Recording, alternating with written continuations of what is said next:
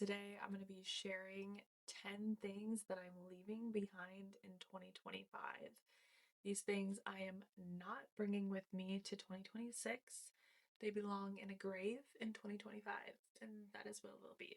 I'm going to start out, they're not in any particular order, I just kind of threw the list together. So let's jump right in. The first thing that I want to mention is wishful thinking. I always thought manifesting was just like wishful thinking, and I always have just like really wishful thought. Like I just wished good things would happen to me without doing any work, and I realized that that's not how life works. Yes, there are some people that get very, very lucky, but for majority of people, you have to put in the work, and you cannot just wishful think because that will not get you anywhere. That was a very hard lesson that I had to learn in 2025 also. Leave wishful thinking in the past. Do not think that you are the 1% that's gonna get lucky. It's better if you just work for it and like do it yourself. So that is my number one thing that I'm leaving in 2025. The next thing that I want to mention is skipping breakfast. Just stop being lazy. Cook yourself breakfast. Breakfast is my favorite meal of the day. But it is important to eat within the first hour of waking up. So I've been cooking it up in the kitchen every morning, whereas in 2025, I would put it off till like 10 o'clock, even if I woke up at 6 a.m. I would wait hours and hours and hours to make breakfast just because pure laziness. And I know now that it's important to fuel your body first thing in the morning when you wake up so you have energy. Okay, we don't want to be sleeping like a dog. I mean, we might want to be sleeping like a dog, but we can't sleep like a dog all day, okay? No skipping breakfast. Your body needs fuel in the morning. Fuel it. Give it energy. Moving along. Over exfoliating. Coming from someone with acne prone skin who's dealt with acne majority of my life, I know what it feels like to just want to burn your entire face off and just like and put as much and do as much as you can just to get it off, dude. Like I've been there, I've done it, it doesn't help. And I also want to mention that you need to be checking what you're putting on your skin, because even if it is labeled as a hydrating product, there might still be active ingredients in it that are drying out your fucking skin. Okay? I'm not gonna call out any companies, but even if it's hydrating, even if it's plumping, there still could be active ingredients. And when you have too many active ingredients, bad shit happens. Okay? Bad shit happens. Look at the active ingredients, okay? You're probably exfoliating in every single product.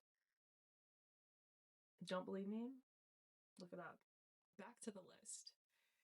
The next thing, this is going to go along with skin since we're on the topic, is taking random supplements. Everyone and their mother has an opinion and has things to say on everything, and it's really easy to like get caught up in the loop and like needing to try all these things to see if it's going to help you. I've taken so many supplements blindly, like just trying them to see if they're gonna help. I would just take random supplements. Like, we've all been there. I'm telling you, just don't do it. Just don't fucking do it. It's not helping. It's not helping. Go to a doctor. I went to a doctor last year. I'm still working with her. I found yeast throughout my entire body. Like, and if I didn't know that, like these random supplements obviously weren't helping because like nobody knew that. So, moral of the story, stop taking random shit you don't know what it's for. Period. The next thing that I physically cannot do it, is caffeine on an empty stomach. I can barely tolerate coffee as it is. I get so jittery, but I love the taste of coffee. I love a good iced coffee. What am I even saying? I brought it up. I brought coffee up to say to stop having it on an empty stomach because that's just going to elevate all of those problems. Like, I love coffee so much, but the things it does to my body is just not great. I wish it was different. It's just not. The other thing that I'm leaving in 2025 is doubting myself. It doesn't do you any good, okay, at all. Just don't even do it. Don't doubt yourself or think you can't do something. That's like, I hate that. I hate that so much. And from someone with high anxiety, like telling yourself all the time, like, I can't do this, I can't do this, I can't do this. Like, don't tell yourself that. I know it's easy to say it to you, but I'm serious. Like, just don't doubt yourself. Like, you can do anything that you want to. You have free will. You can do whatever you want. Okay? You can do whatever you want. The next thing that I'm leaving in 2025 is spending beyond my means. hmm I know I have a shopping problem. I love shopping. Like, I'm just a girl who loves to shop, and there's nothing wrong with that. Okay? Nothing. But sometimes I make these big impulsive purchases that someone needs to slap me. Someone needs to literally slap me when I do this.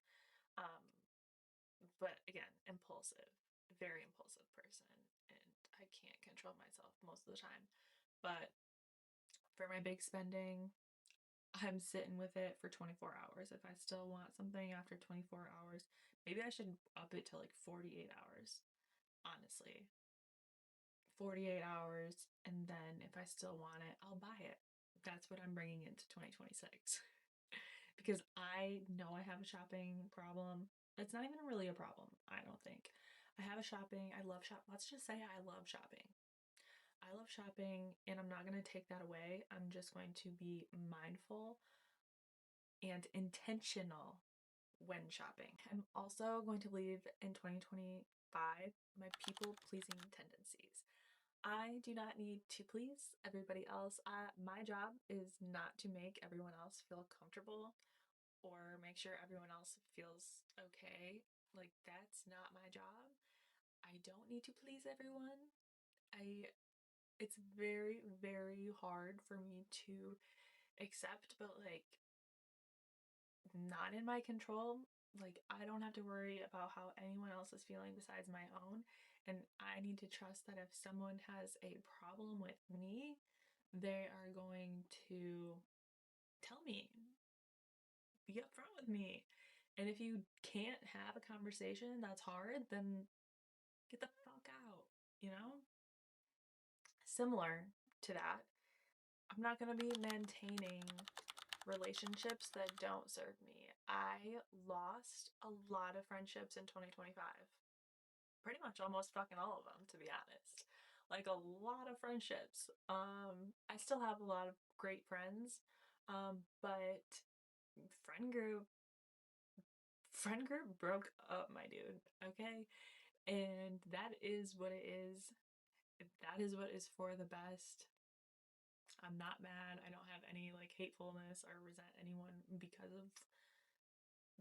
of whatever. Like, nothing even really happened. People just grow apart, and I don't have to maintain those friendships. Okay? You don't have to. If you guys do not align, you do not have to maintain. If we are not aligned, I'm not gonna sit here and like try and try and try and try and make this friendship work. Like, we should, if we're gonna be friends, we should click.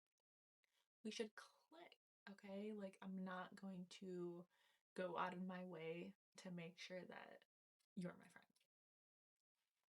As you grow, you're gonna outgrow friendships, and that is okay. You can still be friends from a distance. That's where I'm gonna leave it at. The last thing that I have, so this must be number 10. I haven't been keeping track. This must be number 10. Not comparing where I'm in my life to others. This is very hard.